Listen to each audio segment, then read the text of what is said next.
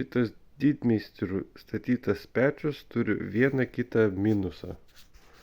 Vienas iš jų yra skylės. Skylės, visur skylės. Aš prie tų skilimų irgi prisidėjau, nes truputį užkaitinau, kai jis buvo per daug įdrėkęs. Dabar tas įskilimus bandau aptvarkyti.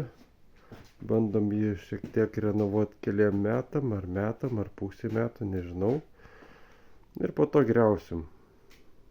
Bet kol kas mes jį baisiai mylim, nes tai yra vienintelis pečius pirmam aukšte. Geresnio neturim. Nei geresnio, nei kažkokio kito. Tiesiog neturim jokio kito pečius. Dėl to šitas yra mūsų šilumos šaltinis vienintelis šiuo metu.